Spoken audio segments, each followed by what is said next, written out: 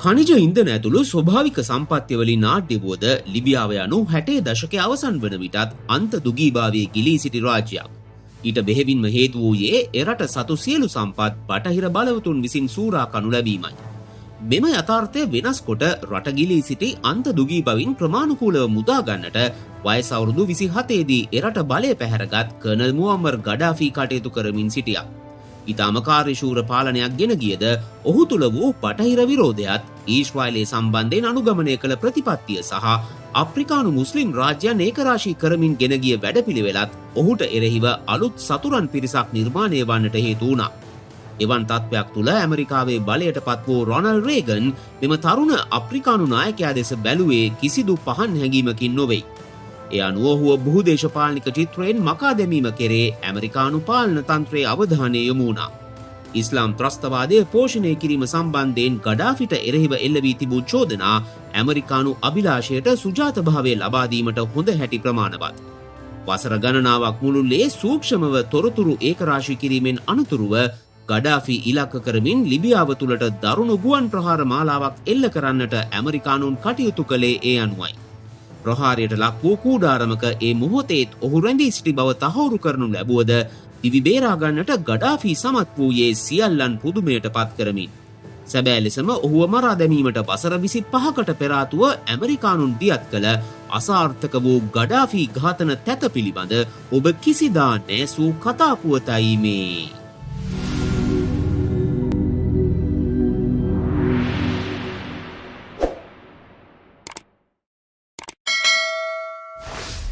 ඇමරිකාවේ Ronald Reagan බලයට පත්වන මොහොත වන විට මුවම්මර් ගඩාෆි ලිබියාවේ බලයට පත්ව වසර 12කට ආසන්න කාලයක් ගත වී තිබුණා.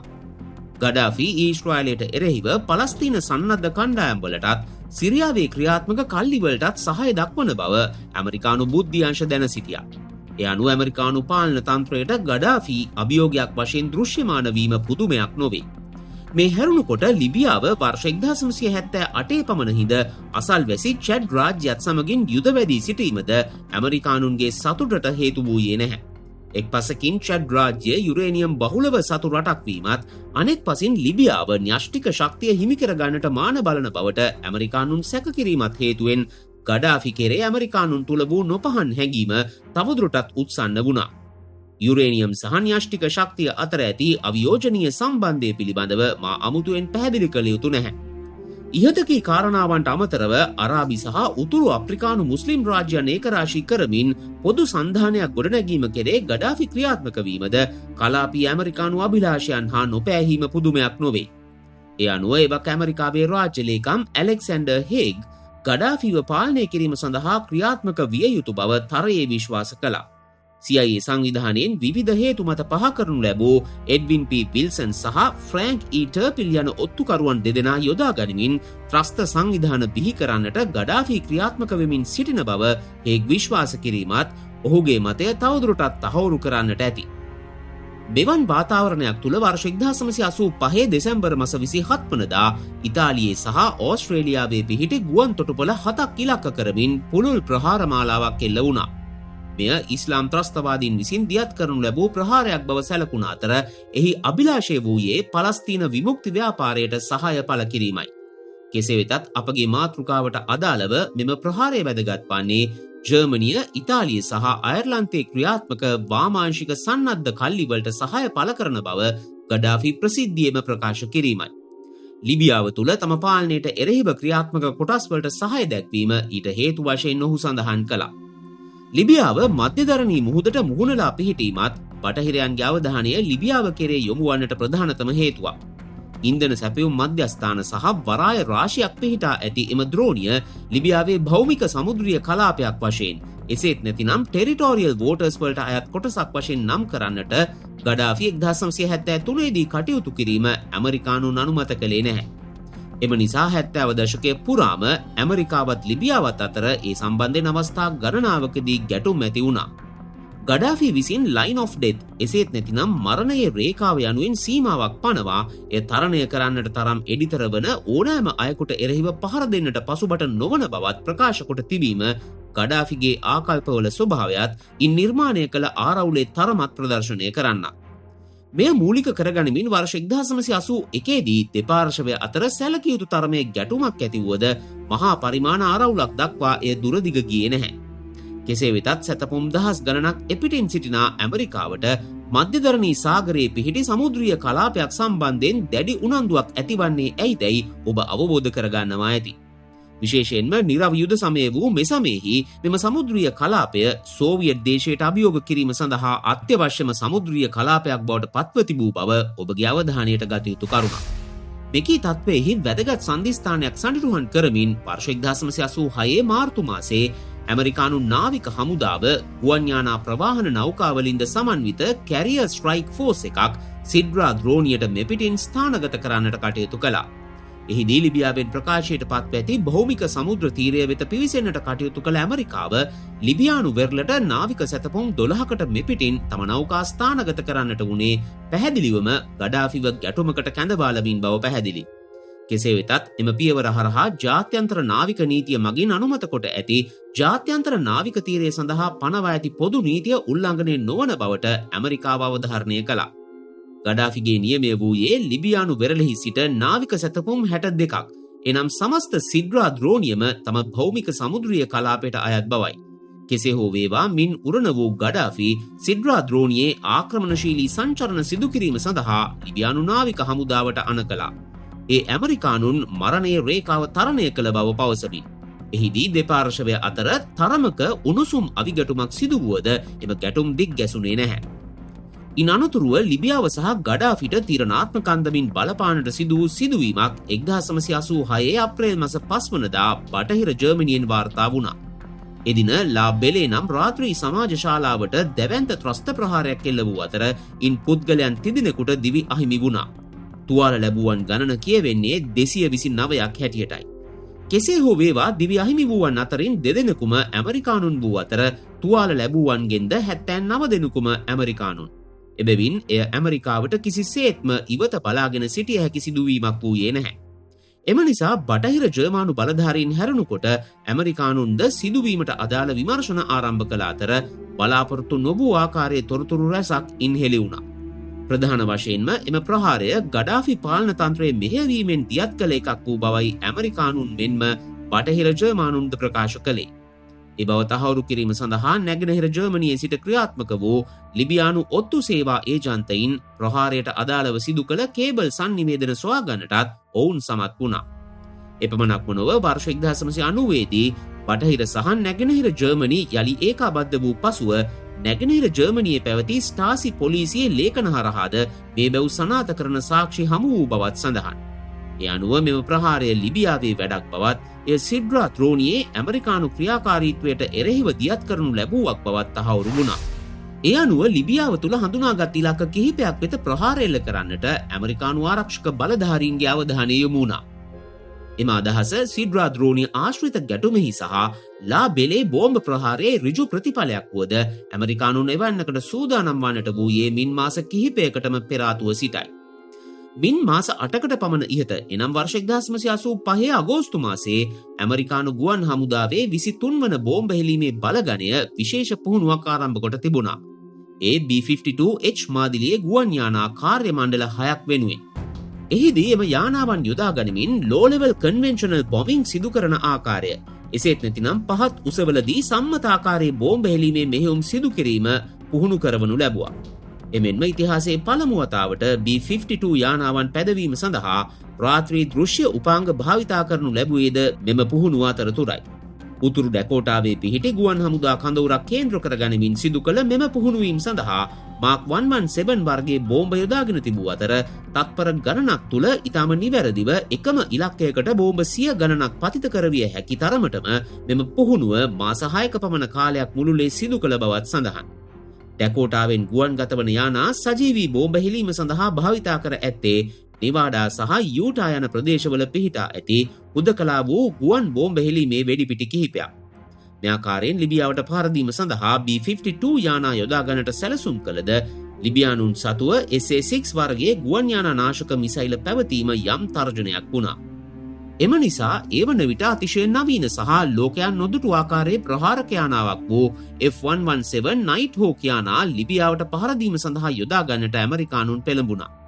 ඒ අනුව F117 යානා 30ක් පමණ උපක්‍රමික ගුවන් විධානය වෙත අනුයුක්ත කරනු ලැබූ නමුත් එහි වූ බලධාරීන් එම යානාව සතු වූ සුවිශේෂී ස්ටෙල්ත් හැකියාව පිළිබඳ දැනුවත්ව සිටියේ නැහැ. කෙසේ හෝ වේවා ආරක්ෂක බලධාරීන් මෙම අතිශය භාරදූර කටයුත්ත පවරන්නට තීරණය කළේ ඇමරිකානු ගුවන් හමුදාවේ රහසිගත ප්‍රහාරක ඒකකයක් වූ 4450 යනුවෙන් හැඳින් වූ උපක්‍රමික කණ්ඩායම වෙතයි. එසේ වුවත් අවසන් මොහොතේ එම තීරණයද හකුලා ගන්නට ආරක්ෂක ලේකම් කැස්පර් වෙයින්බර්ග් තීරණය කළා. ඒ එතෙක් කාලයක් පුරා ලෝකයන් නොදුටු ස්ටෙල්ත් තාක්ෂණයෙන් බලගැන් වූ F117 යානාව නිරාවරණය වීම හේතුවෙන්. ඒ අනුව සාමාන්‍ය ප්‍රහාරක යානා යොදා ගනිමින් ලිබියාවට පහර දෙන්නට ඇමරිකානුන් අවසානයේ තීන්දුව කළා. වර්ෂ 1985 ඔක්තෝබර් මාස ඇමරිකාවේ දකුණු කැරොලිනාවේ ස්ථානගත කර තිබූ 20 වන උපක්‍රමික ප්‍රහාරක පක්ෂාංගය වෙත අතිශය රහසිගත හමුදා නියෝගයක් ලැබුණේ එවන් පසුබිමකයි. ඒ ඔක්තෝබර් මාස 18 වනදා කැනඩාවේ ලැබ්‍රඩෝර් නම් ප්‍රදේශයේ පිහිටි ගුවන් පතයක් ඉලක්ක කරමින් ප්‍රහාරක පුහුණුවක් සිදු කිරීම සඳහා වූ නියෝග sannivedanaya කරමින් ඔපරේෂන් ගෝස්ට් රයිඩර් යනුවෙන් නම් කොට තිබූ ඒ සඳහා එම පක්ෂාංගයේ යටතේ වූ F111E ආඩ්වාක් නම් ප්‍රහාරක යානා 10ක් යොදාගත්තා. ඒ සෑම යානාවකම රාත්තල් 500 බෝම්බ 8 බැගින් සවිකොට තිබූ අතර එම පුහුණුව ඉතා සාර්ථක වූ ලෙසින් ඇමරිකානු වාර්තාවල සඳහන්. ඉන් ලැබූ අත්දැකීම් පසුව 48 වන උපක්‍රමික ප්‍රහාරක පක්ෂාංගය වෙත ලබා දුන් අතර එහි අභිප්‍රාය වූයේ ඇමරිකානු භූමියෙන් ඈත පිහිට ඉලක්ක වෙත පහර දීමේදී මුහුණ දීමට සිදුවිය හැකි අභියෝග හඳුනා ගැනීමයි. එම පක්ෂාංගයේ සතුව F111F නවීන මාදිලිය ප්‍රහාරක යානා සතු වීමත් තවත් වැදගත් කරුණක්. කෙසේ වෙතත් එහි අප්‍රකාශිත රහසිගත අරමුණ වූයේ ලිබියාවට පහර දීම බවත් සඳහන් කළ යුතුයි. එම නිසා සිඩ්රා ද්‍රෝණිය වෙත ඇමරිකානු නාවික හමුදාවේ ප්‍රහාරක බලකායක් පිටත් කර හැරීම එකී පූර්ව සූදානම ක්‍රියාවට නැංවීම සඳහා සුදුසු අවස්ථාවක් නිර්මාණය කර ගැනීමේ යටි අරමුණින් කරන ලද්දක් වීමට වුවද හැකි. මේ අතර අදාළ මෙහෙයුම දියත් කිරීමට එරෙහිව තවත් බාධකයක් පැන නැගුණා. ඒ ඇමරිකාවේ සිට මධ්‍යධරණී සමුද්‍ර කලාපය වෙත ප්‍රහාරක යානාවන් එක එල්ලේ පියාසර කිරීම සඳහා යුරෝපා රටවල් කිහිපයක් වෙතින් අනුමැතිය හිමි නොවීමයි. ප්‍රංශය, ඉතාලිය සහ ස්පාඤ්ඤය මේ අන්දමින් ඇමරිකානු ඉල්ලීම් ඉවත දැමූ අතර ඒ හරහා කිලෝමීටර් 2100ක පමණ අමතර දුරක් පියාසර කරන්නට ඇමරිකානු යානාවන්ට සිදු වුණා. මෙහිදී ප්‍රංශයේ තීන්දුව හේතුවෙන් පමණක් එක් වූ අමතර දුර ප්‍රමාණය කිලෝමීටර් 1400ක් පමණ වූ අතර ගඩාෆිව බලයෙන් පහ කිරීම සඳහා මහා පරිමාණ යුද්ධයක් දියත් කිරීමෙන් තොරව සීමිත ප්‍රහාර මාලාවක් පමණක් දියත් කරන්නට ඇමරිකානුන් තීරණය කොට තිබීම ප්‍රංශ ජනපති ෆ්‍රැන්කෝයිස් මිටර්න්ගේ එම තීන්දුවට හේතුවයි. කෙසේ හෝ වේවා අමතර ගුවන්ගත ඉන්ධන සැපයුම් එසේත් නැතිනම් ඒරියල් රීෆියුලිං ලබා ගනිමින් එම බාධකය ජය ගන්නට ඇමරිකානු ගුවන් හමුදාව තීරණය කළා. පෙර සඳහන් කළ අන්දමින් ගඩාෆිව බලයෙන් පහ කරවීමක් ඉලක්ක නොකිරීම හේතුවෙන් ප්‍රංශය මෙම ප්‍රහාරය සඳහා සහාය නොදුන්නාට ඇමරිකාවේ සැබෑ ඉලක්කය වූයේ ගඩාෆි මරා දැමීමයි. තම සමීපතම රාජ්‍යයකට පවා මෙම සැලසුම හෙළි නොකිරීම මෙහෙයුමේ රහසිගත භාවය ආරක්ෂා කර ගැනීම සඳහා ගත් පියවරක් බව පැහැදිලි. කෙසේ හෝ වේවා ඇමරිකානු ගුවන් හමුදාවත් නාවික හමුදාවත් ඒකාබද්ධව දියත් කළ යුතු ප්‍රහාර මාලාව සඳහා පුහුණුවීම් කරන අතරවාරේ ප්‍රහාරය සාර්ථක කර ගැනීම සඳහා අවශ්‍ය තොරතුරු ලබා දීමේ කර්තව්‍ය CIA සංවිධානයට පැවරී තිබුණා. ඒ අනුව ලිබියානු නායකයාගේ අනමූලස්ථානය සහ වාසස්ථානය පිහිටි ට්‍රිපොලි අගනුවර පරිශ්‍රය පිළිබඳ බොහෝ තොරතුරු ප්‍රමාණයක් එක්රැස් කරගන්නට CIA ඒජන්තයින් සමත්ව සිටියා.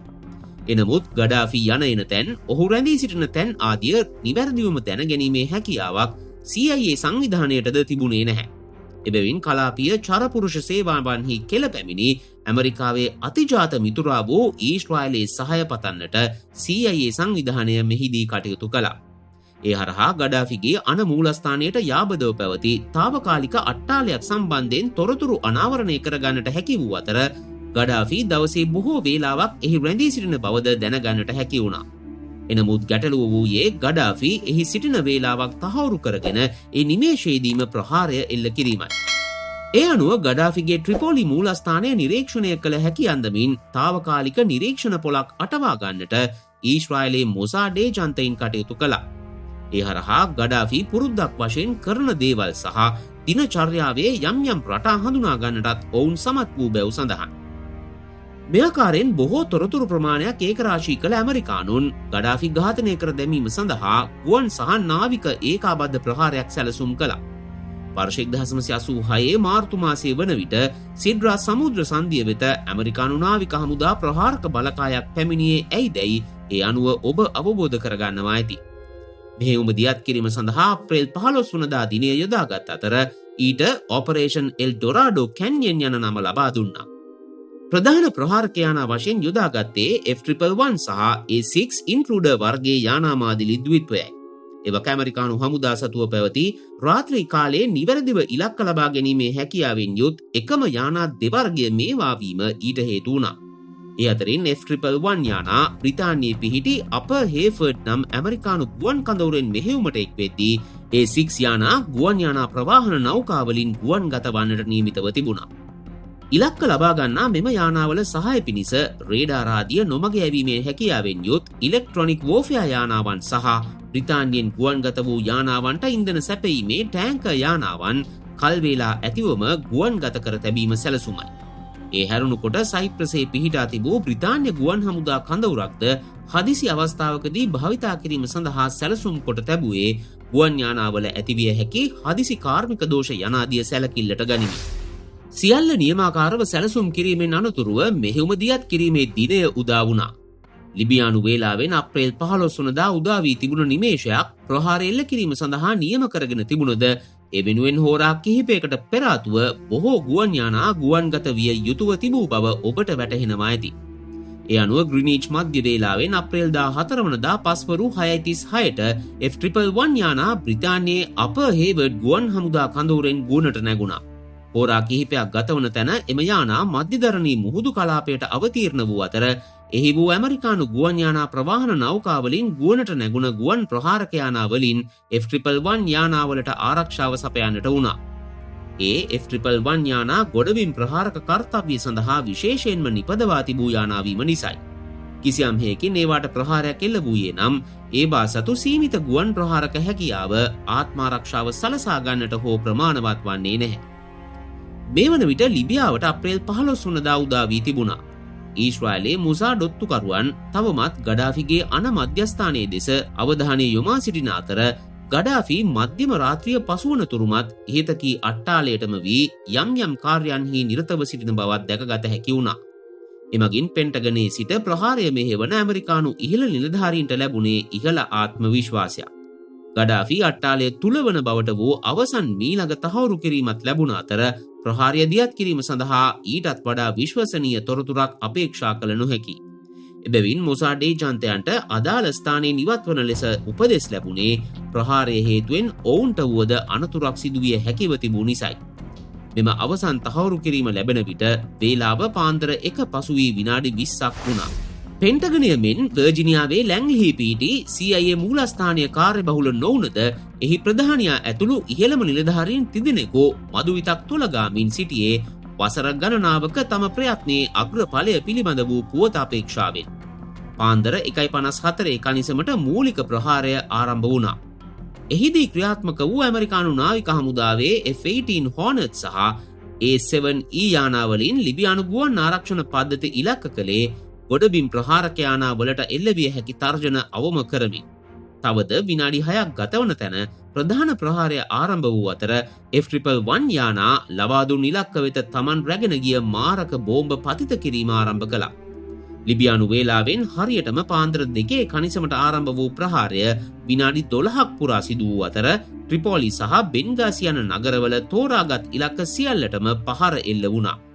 ත්‍රිපෝලි දකුණු ප්‍රදේශයේ බාබ්බල් අසීසියා නම් ඉසව්වේ පිහිටි ගඩාෆිගේ අන මූලස්ථානයට පහර දීම සඳහා F111 යානා 9ක්ම යොදවා තිබූ අතර ඉන් එක් යානාවක් පහර දී බිම හෙලන්නට ලිබියානු ගුවන් ආරක්ෂණ පද්ධතීන් සමත් වුණා. කෙසේ වෙතත් ලිබියානු පාර්ශවය සඳහන් කරන්නේ එම සංඛ්‍යාව 3ක් වූ බවයි. සෙසු යානා අතරින් යානා 3ක ප්‍රහාරය නිවැරදිවම ඉලක්කය මත පතිත වූ නමුත් තවත් කිහිපයක ඉලක්ක ලබා ගැනීම එතරම් සාර්ථක වූයේ නැහැ. එක් යානාවක් පතිත කළ බෝම්බ ත්‍රිපෝලි නුවර ජනාකීර්ණ ප්‍රදේශයකට පතිත වූ අතර ප්‍රංශ තානාපති කාර්යාලය ඉන් ගැලවුණේ 99. එය ප්‍රංශ පාලනයට මෙම ප්‍රහාරය දියත් කිරීමට සහය නොදැක්වීම කරණ කොටගෙන ඇමරිකානුන්ගේ අප්‍රසාදය පළ කිරීම සඳහා සිතා මතාම සිදු කළ කටයුත්තක් වුවද විය හැකියි. ප්‍රහාරය සඳහා එක් වූ A6 යානාවලට පැවරී තිබුණේ ගුවන් යානා අංගන සහ ගුවන් ධාවන පත විනාශ කිරීමයි. ත්‍රිපෝලි ගුවන් තොටුපොළ දක්වා මෙහෙවනු ලැබූ එක් යානාවක රේඩාර් පද්ධතිය ආශ්‍රිතව හටගත් දෝෂයක් හේතුවෙන් මෙහෙයුමෙන් අතරමඟදී ඉවත් වුවද අනෙක් යානා 5 නිවැරදිව ඉලක්ක ලබා ගත්තා. ඉන් සෝවියට් දේශයේ නිෂ්පාදිත ඉල්යූෂින් IL-76 වර්ගයේ ප්‍රවාහන යානා දෙකක් විනාශ වීම විශේෂත්වයක්. එමෙන්ම බෙන්ගාසි නුවර පිහිටි මිග් යානා නඩත්තු අලුත් වැඩියා සහ පිරිවැඩියා කටයුතු මෙන්ම MRO කර්මාන්ත ශාලාවටද ඇමරිකානු ප්‍රහාර එල්ල වුණා. ඒ අනුව ඇමරිකානුන්ගේ ඉලක්කය ගඩාෆි පමණක්ම නොවූ බවත් පැහැදිලි. මේ හැරුණුකොට බෙනීනා ගුවන් තොටුපොළ වෙතද ප්‍රහාර එල්ල වූ අතර මිග් ප්‍රහාරක යානා 3ක් හෝ 4ක් MI-8 හෙලිකොප්ටර් යානා 2ක් සහ Boeing 727 මගී ප්‍රවාහන යානාවක්ද ප්‍රහාර හේතුවෙන් විනාශ වූ බැව් සඳහන්. මෙයාකාරයෙන් සාර්ථකව ප්‍රහාරය නිම කළ ඇමරිකානු ගුවන් සහ නාවික ප්‍රහාරක යානා එකක් හැරුණුකොට අන්සියල්ල යළිත් තමන් ගමන ආරම්භ කළ නෞකා සහ ගුවන් කඳවුරු කරා නිරුපද්‍රිතව ළඟා වුණා. ආපසු ගමනේදී හටගත් එන්ජින් දෝෂයක් හේතුවෙන් එක් F111 යානාවකට ස්පාඤ්ඤයේ ගොඩ බස්වන්නට සිදු වුණා. ඇමරිකානු ජනපතිවරයාගේ පටන් සියලු දෙනාම උද්දාමයට පත් කරමින් ඔපරේෂන් එල් ඩොරාඩෝ කැන්යන් මෙයාකාරයෙන් අවසන් වූ අතර විනාශ වූ යානාවේ සිටි නියමුවන් දෙදෙනාට දිවි අහිමි වුණා. කෙසේ වෙතත් පුදුමය වූයේ කිසිදු ලිබියානු ගුවන් ආරක්ෂණ අවියක් හෝ ක්‍රියාත්මක නොවීමයි. ප්‍රහාරක යානා ගුවනට නැංවීමක්ද සිදු නොවූ අතර ඊට හේතු වශයෙන් ඇමරිකානු පාර්ශවය සඳහන් කරන්නේ විශ්මය පවත්වා ගැනීම නිසා ප්‍රහාරයක් අපේක්ෂා නොකිරීමත් තිගැස්ම නිසා ක්‍රියාත්මක වීමට පමාවීමත් යන සාධක ද්විත්වයයි. ලිබියාවේ ප්‍රහාරය දියත් කරන විට ඇමරිකානු වේලාව අප්‍රේල් 14 වනදා රාත්‍රී 9 පමණ වන්නට ඇති. ජනපති රොනල්ඩ් රේගන් ඇතුළු ආරක්ෂක ප්‍රධානීන් සියලු දෙනාම දවල මන්දිර මෙහෙයුම් මැදිරියට එක්ව සිටියේ ජයපැන් බීමේ සිරියෙන්. ප්‍රහාරය නිමා වී පැයක් පමණ ගතවන තැන ආරක්ෂිත බ්‍රීෆ් කේසයක් රැගත් නිලධාරියෙකු ජනපතිවරයා වෙත පැමිණි අතර එහි වූ රහසිගත වීඩියෝ පටයක් ඔහු ජනපතිවරයා අත තැබුවා. එමගින් ඔවුන්ට දැකගත හැකි වූයේ F111 යානාවල සටහන් වී තිබූ ත්‍රිපෝලි ඉලක්ක විනාශ වන අන්දමයි. ගඩාෆිගේ මූලස්ථානයේ මත බෝම්බ පතිත වන ආකාරය පැහැදිලිවම එහි සටහන්ව තිබුණද ගඩාෆිගේ ඉරණම සම්බන්ධයෙන් පිළිගත හැකි තොරතුරක් නොලැබීම කවුරුත් නොසන්සුන් කරවන්නට වුණා. එසේ වුවත් එදින රාත්‍රියේම ජාතිය ඇමතු ඇමරිකානු ජනපතිවරයා තම හමුදාවේ ජයග්‍රහණය සම්බන්ධයෙන් තම ජනතාවට තොරතුරු හෙළි කළා. කළ යුතුව තිබූ දේ තමන් කළ බවත් අවශ්‍ය වූහොත් ඉදිරියේදී තවත් වරක් එය සිදු කරන්නට පසුබට නොවන බවත් ඔහු එහිදීද සඳහන් කළා. කෙසේ වෙතත් එම වීඩියෝ පටයෙන් සෑහීමකට පත් නොවූ ආරක්ෂක ප්‍රධානීන් ඔත්තු බැලීමේ SR-71 යානාවක් පසුදා දහවල් කාලයේ ලිබියාව දෙසට පිටත් කර හැරියේ ප්‍රහාරයේ සාර්ථකත්වය පිළිබඳව නිවැරදි තක්සේරුවක් ලබා ගැනීමටයි. ත්‍රිපෝලි මූලස්ථානයට දැඩි අලාභහානි සිදුව ඇති බව සහ ගඩාෆි රැඳී සිටි බවට සැලකුණ අට්ටාලය පොළවටම සමතලා වී ඇති බව ඉන් දැකගන්නට ලැබුණා. එනමුත් ගඩාෆි සම්බන්ධයෙන් බලාපොරොත්තු වූ තොරතුර තවමත් ඇමරිකානුන්ට ලැබුණේ නැහැ. එබැවින් රේගන් පාලනයෙන් දිස් වූයේ අනපේක්ෂිත නිහැඩියාවක්. මෙයාකාරයෙන් තවත් හෝරා කිහිපයක් ගත වූ අතර රොනල්ඩ් රේගන් ජනපතිවරයාගේ පටන් එම පාලන තන්ත්‍රයේ සියල්ලන්ගේ නළලත සිහින් දාඩිය මතුවන පුවතක් එදින පස්වරුවේ ඇමරිකානු මාධ්‍ය විසින්ම ප්‍රචාරය කරනු ලැබුවා. ගඩාෆි පෙනී සිටි වීඩියෝ පටයකින් ඔහු ඇමරිකානු ප්‍රහාරය හෙලා දකින අන්දමත් ඊට පලිගන්නා බව දිවුරුණ අන්දමත් සටහන්ව තිබුණා. එතකින්ද නොනවතුන ලිබියානු නායකයා ඇමරිකානු ප්‍රහාරය ව්‍යර්ථ කරන්නට සමත්වීම සම්බන්ධයෙන් ඉමහත් උජාරුවෙන් අදහස් දැක්වූ අතර රේගන් ඇමරිකාවේ පාලකයාව හිඳිනතුරු සාමයක් ඇතිකරගත නොහැකි බවත් සඳහන් කළා. ඇමරිකානු නායකයා ඊශ්‍රායල් සුනකයෙකු වශයෙන් හැඳින් වූ ගඩාෆි තමන්ට ඇමරිකාවට පහරදීමේ කිසිදු වුවමනාවක් නොවූ පසුබිමක ඔවුන් තමාව දඩයම් කරන්නට උත්සාහ කළ බවත් පෙන්වා දුන්නේ ආවේගශීලීව අදහස් දක්වමි. එතකින්ද නොනවතුන ලිබියානු නායකයා ප්‍රහාරවලින් තුවාල ලැබුවන් බැහැ දකින්නට ගොස් ඔවුන් වස්වසාලන අයුරු දැක්වෙන වීඩියෝ පටයක් පවා මාධ්‍ය වෙත මුදාහරනු ලැබ තිබුණා. ලිබියානු වැසියන් 60 දෙනෙකුට පමණ දිවි අහිමි වූ බව සඳහන් වන මෙම ප්‍රහාරයේදී ගඩාෆි මෑතකදී හදා වඩා ගැනීමට ගත් දියණියකටද දිවි අහිමි වූ බවත් සඳහන්. මෙය ලෝකයාගේ අනුකම්පාව ලිබියාව දෙසට යොමු වන්නට හේතු වුණා. කෙසේ වෙතත් සමහර පාර්ශව සඳහන් කරන්නේ ගඩාෆිට කිසිදා එවන් දියණියක් නොසිටි බව සහ ඇය මරුමුවට පත්වීමෙන් අනතුරුව ප්‍රචාරාත්මක වාසියක් ගැනීම සඳහා එය එසේ සිදු කළ බවයි. කුමන අයුරකින් හෝ වේවා ඉලක්ක ලබා ගැනීම 100%ක්ම නිවැරදි වූ ප්‍රහාරයකින් ගඩාෆි දිවි ගලවා ගත්තේ කෙසේද යන්න පිළිතුරු සපයාගත යුතුම පැනයක්. ඊශ්‍රායල් ඔත්තුකරුවන් සනාථ කළ පරිදිම පාන්දර 1:20 වන විටත් එහි රැඳී සිටි ගඩාෆි සීරීමකින් හෝ තොරව දිවි බේරාගත්තේ කෙසේද යන්න ඇමරිකානුන් පවා පෙළූ පැනයක්. ගඩාෆිට අනුව නම් ප්‍රහාරය එළවන මොහොතේ පවා ඔහු රැඳී සිට ඇත්තේ ඔහුගේ භූගත මූලස්ථානය තුලයි. එසේ වුවත් ඔහුගේ පවුලේ සමාජිකයන් සමගින් පාප් අල් අසීසියාවෙන් පැනගන්නට ඔහුට අවස්ථාව සලසා ඇත්තේ එවක මෝල්ටාවේ අගමැති කර්මේදු බොනෝචි වෙතින් ලැබූ අනතුරු හැඟවීමක් නිසයි. එම තොරතුරු ඔහු වෙත ලබා දී ඇත්තේ බෙනිටෝ ක්‍රක්සි නම් එවක ඉතාලි අගමැතිවරයා වෙතින් බවද සඳහන්. මධ්‍යධරණී මුහුදු සීමාවේ ඇමරිකානු ප්‍රහාරක බලකායක් පියාසර කරමින් සිටින බව සිසිලිය අවට ගුවන් අවකාශයේදී ඉතාලි ගුවන් හමුදාවේ සැකයට පාත්‍ර වුණා. ඊට හේතු වූයේ එම යානාවල නියමුවන් බස හැසිර වූ වාග් විලාශයයි. එහිදී ඇමරිකානු යානා හඳුනාගෙන ඇත්තේ ඉතාලි ගුවන් හමුදාව සතු F-104 ස්ටාර් ෆයිටර් වර්ගයේ ඇමරිකානු ප්‍රහාරක යානාවක් වීමද විශේෂත්වයක්. කෙසේ හෝ වේවා මේ ආකාරයෙන් දීර්ඝ කාලයක් මුළුල්ලේ සැලසුම් කළ ඝාතන ප්‍රයත්නයන් දිවි ගලවා ගන්නටත් තවත් වසර 25ක් ලිබියාව පාලනය කරන්නටත් මුවම්මර් ගඩාෆි වරම් උදා කරගත්තා. ගඩාෆිගේ දිවිය පිළිබඳ දැනගන්නට ඔබ වඩාත්ම කැමති පරිච්ඡේදය කුමක්දැයි කමෙන්ට්ස් තීරුවේ සටහන් කර තබන ලෙස ඉල්ලා සිටිමින් ඔබෙන් සමුගන්නවා. ලෝක ඉතිහාසයේ අප්‍රකට වූ තවත් මෙවැනි සිදුවීමක තොරතුරු සමගින් ඉදිරියේදීම යලි හමුවෙමු. අපගේ වැඩසටහන් ඩිජිටල් අවකාශයට මුදාහල සැනින් ඒ පිළිබඳ දැනුවත් වීම සඳහා නැනස ග්ලෝබල් channel එක subscribe කොට bell icon එක click කර තබන්නටත් අමතක කරන්නට එපා. ආයුබෝවන්.